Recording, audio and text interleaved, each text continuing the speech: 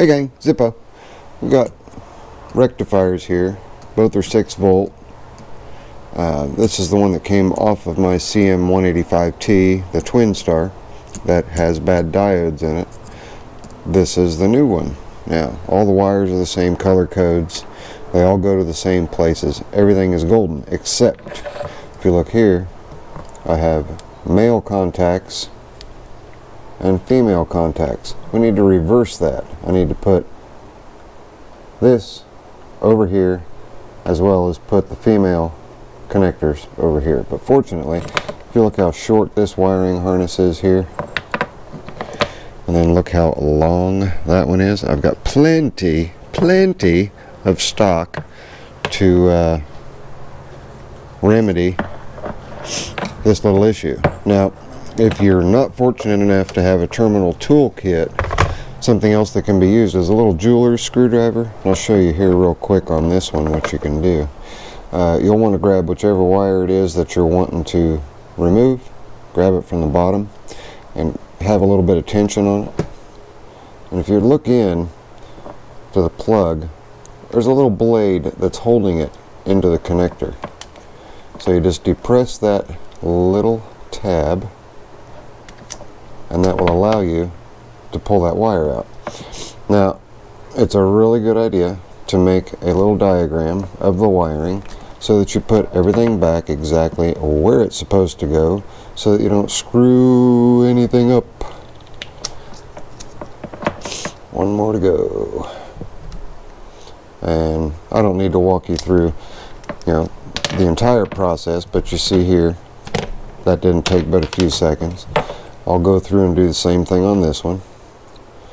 And I believe this one has to be done from the bottom side, or it may be right here. See, in this case, this screwdriver is a little bit too thick widthwise here, but since you're not going to be reusing these specific blades, the female connectors, let me show them to you. Since you are not going to be using the female connectors in here that are like that, you don't have to worry about damaging them. So you can take that, press it all the way in as far as you can, and you should be able to remove that wire. If you can get that lock. You see that tab is just right there. So just a flat tip screwdriver can be used as well. So give me just a minute, I'll get everything pulled apart. Then I will put new connectors on this one and show you guys how easy it is to reassemble and convert a female or a male plug connector into a female plug connector. Stay tuned. Okay, something that you're going to want to do, your connector is going to look like that. You're going to want to pull that insulator off so that all you have left is that. And then when you use your wire crimpers, you want to use the smallest available on the wire crimpers. That is usually for non-insulated. And how hard are these to get out? Well, if you've got good quality connectors, you can just grab a hold of the insulator, give it a little twist and a little pull. That insulator will come right out and it'll leave you with a good complete connector. And then we just go through quite simply and put all those connectors on our previously stripped wires. And for anybody who doesn't have them, these things are the bomb. I've got 3 pair of them scattered about, and they are just marvelous. If you want to see how they work, give me just a second here and I'll show you. Let's grab a wire here. All you do, they're made for right-handed people. No big deal, I'm kind of ambidextrous. But you take the wire, and depending on how much you want to strip, depends on how deep you put it in there. So, say I just want to strip that much. That's where I put it, and I see where this jaw over here is grabbing. Pinch, and that's it. And it will hold on to the piece of insulation so that you can throw it on the ground to sweep up later. That's it. That's how you do that. Piece of cake, right? Right. Now some might ask, why don't you just reuse these connectors?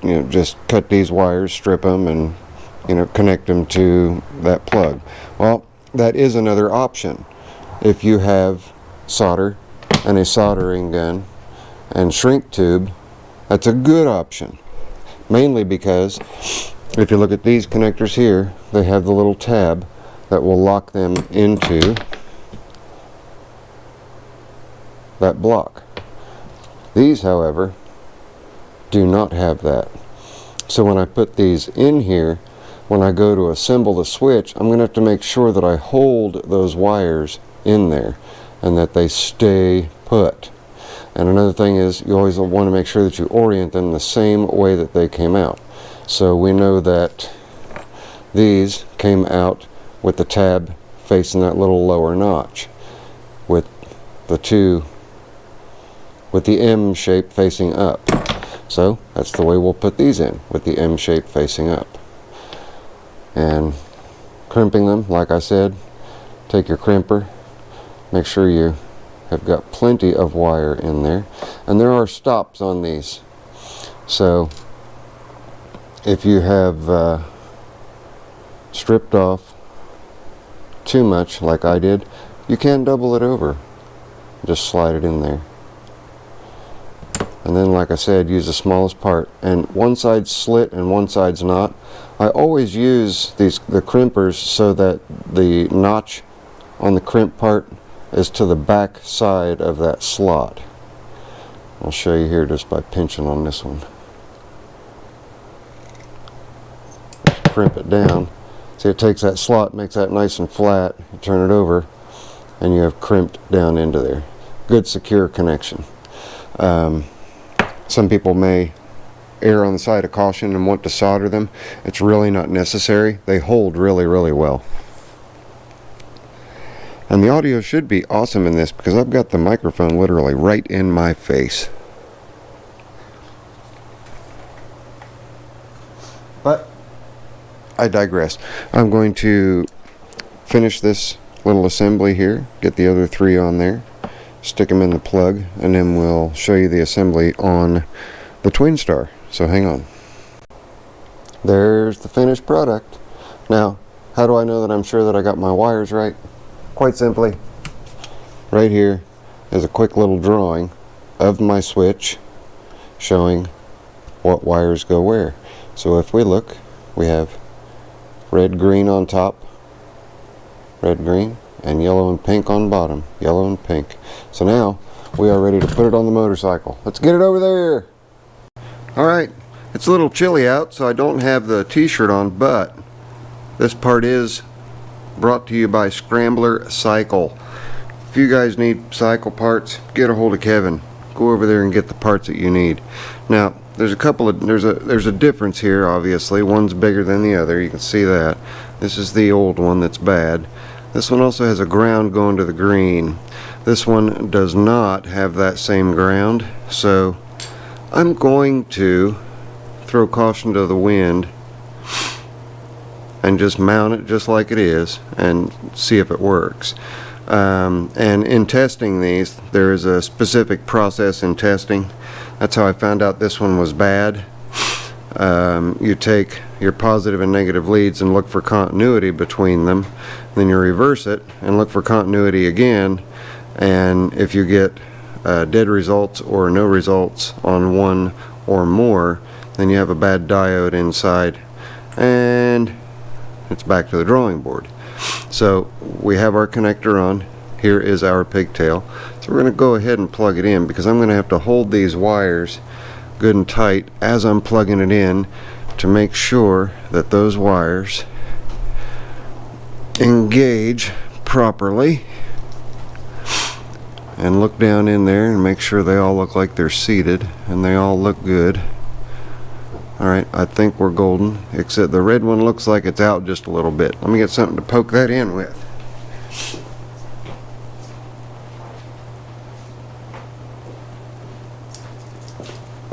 And I didn't stop to check and see if the audio was working, so hopefully it is. The red just isn't seated all the way, so I'm just going to look through the side here where it's a little bit translucent and just push that until I see that it has seated. There we go. Let me check the other side. Green is the same way, so I'm going to push it in. Alright, everything is in and seated. This is the bolt for it, and this is where it mounts. And this is where the side cover goes, so we got to hide the wires a little bit. Some way, somehow. It's see if we can't tuck them. I'm not seeing a good place to tuck those wires. I was just going to run them through here, but I don't have enough slack.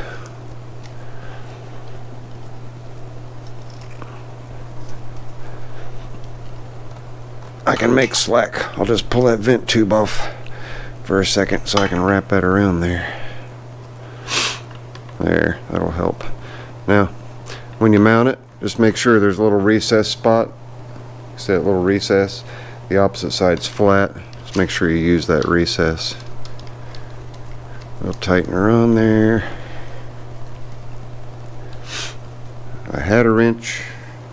I still have a wrench. I'll tell you guys, my neck is just flat out killing. I don't know what is going on with it, but it's been going on since I felled those trees. Maybe my big tree felling days are over. Seems like stuff like that happens, right? Okay, we're going to tuck that back in there and get it out of the way. Put our vent tube back on. That keeps those wires back up out of the way. And then we have our alternator and our coil going to our coil disconnected. It's also going to the regulator rectifier. The reason this is disconnected is because we also have a coil that we have to replace. So I got a universal coil, which is right here, and I know you guys didn't see that real well, did you? Haha, I was too quick.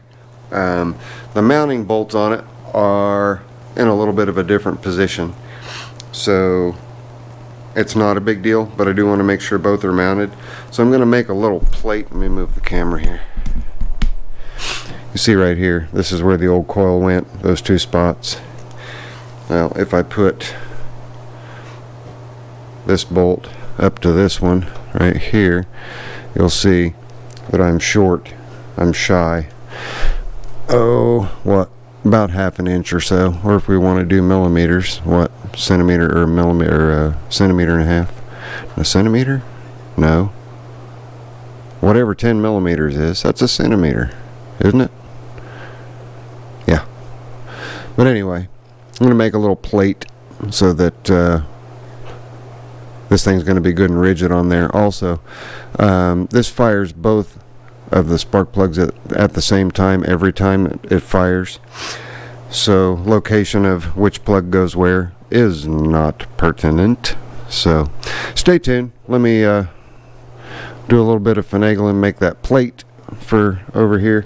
We'll get that coil mounted, and at that point we can stick the battery into the motorcycle, check and see if we have a draw anywhere with it, with the key off, turn the key on, see where we have draws, and then we can attempt to start this little gem. And I think I've decided I'm going to call it Sir William, because it has a little bit more of a classic cruiser look than the other bikes. So we have Little Billy, Big Bill, and Sir William, and the CL200 has yet to be named. So you guys stay tuned. We will get to this part shortly. Alright, let's take a little closer look at what I did to get this coil to fit. I just took a thin piece of sheet steel, bolted it to the existing on the shorter coil, and then bolted it to the original spot. So it's in there good and secure. This side has the original mounting spot, and then the wires, they are too long.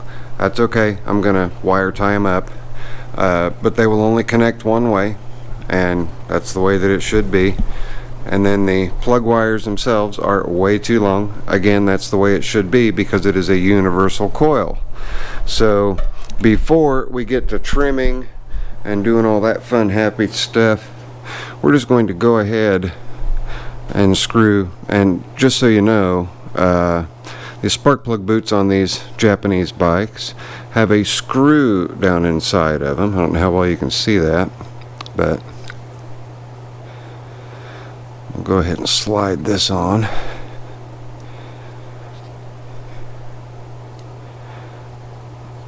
I'll slide that on a little bit. But there's a screw and it's got kind of a needle head on it, so all you do really is get the wire centered and then just literally push and turn and screw the spark plug boot onto the wire.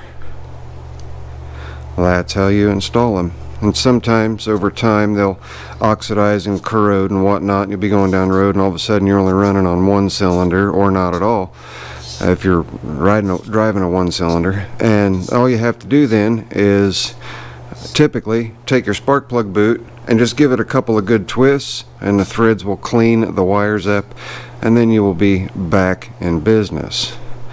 So like I said, these fire simultaneously, so there's a sacrificial spark that happens. So we'll get the other side done. After we get the other side done, go through the preliminary check, which I'll do off camera. It's nothing big, nothing major. And we'll throw the key on and see how it starts, see how it runs, and see how it charges. So stay tuned. Alright gang, moment of truth. Got it connected to the battery. We're at 6.62 volts. Now let's see if this sucker's going to start for us. It is cold. Give it a little bit of choke.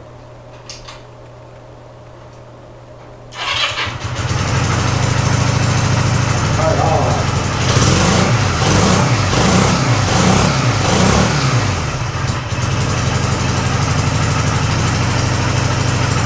That's what I like to hear. Look at our voltage again. Give it a little bit of a rev.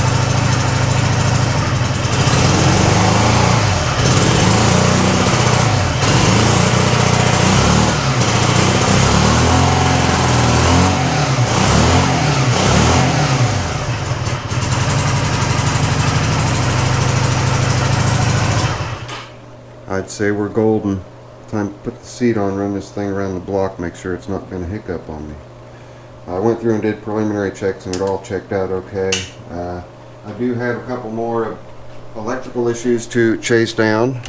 And there I go, speaking at the wrong side of the microphone again. Hope you guys heard that, because I have got that volume boosted up thing going on. When I turn the key on, my headlight comes on, but the dash light on the instrument cluster and the tail light doesn't come on. That's typically in the ignition switch, so I may have to replace it with a new key ignition switch. I'll have to go through and test those for continuity in their respective positions, because when I put it on park mode, which is all the way over, I get a gauge light and I get a tail light.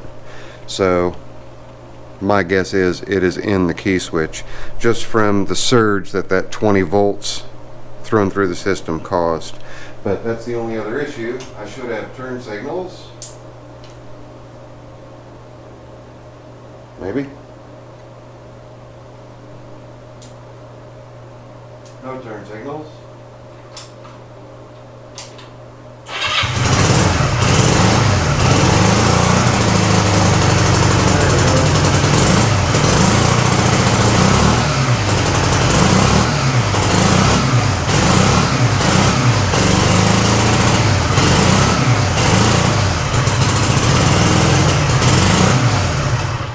Definitely have some carb cleaning to do. And I may also be close to being out of fuel. That may be another issue. But let me throw the seat on it, take it around the block, see how it acts. I'm going to adjust the carb one more time, and I'll give you guys a report when I get back. Hang on. Purring like a kitten.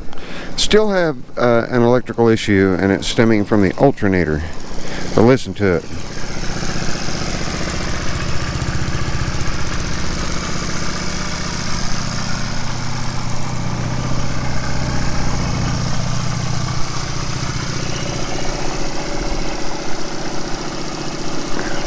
Sure is a pretty bike. It'll probably stall if I goose the throttle. Let's see. Nope, did alright. There's still something, like I say, going on with the alternator. He said that he had this cover off. When I go to check static timing right here, which is just using a timing light, putting it on F1 at the timing mark and watching for the light to go off and on, the light will dim, but it won't go off unless I unplug the stator / alternator wires. Then it does exactly what it's supposed to do. So next step, I'll take that cover off and inspect that and see what's going on up underneath of there. But in the meantime, it's charging the way it's supposed to with the regulator rectifier. It is firing the way it's supposed to. I still have to trim down the wires, which is no big deal. That's real quick and easy. But we got the Twinstar up and running. Let's see if she'll fire again for us here.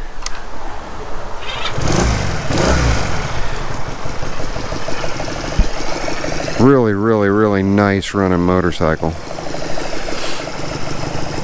I'm digging it. I'm digging it. Number 4 is I got rid of Old Bill. So Sir William, Big Bill, Little Billy, and the CL. We'll see you guys on the next one. Friendly neighborhood Zippo. Later.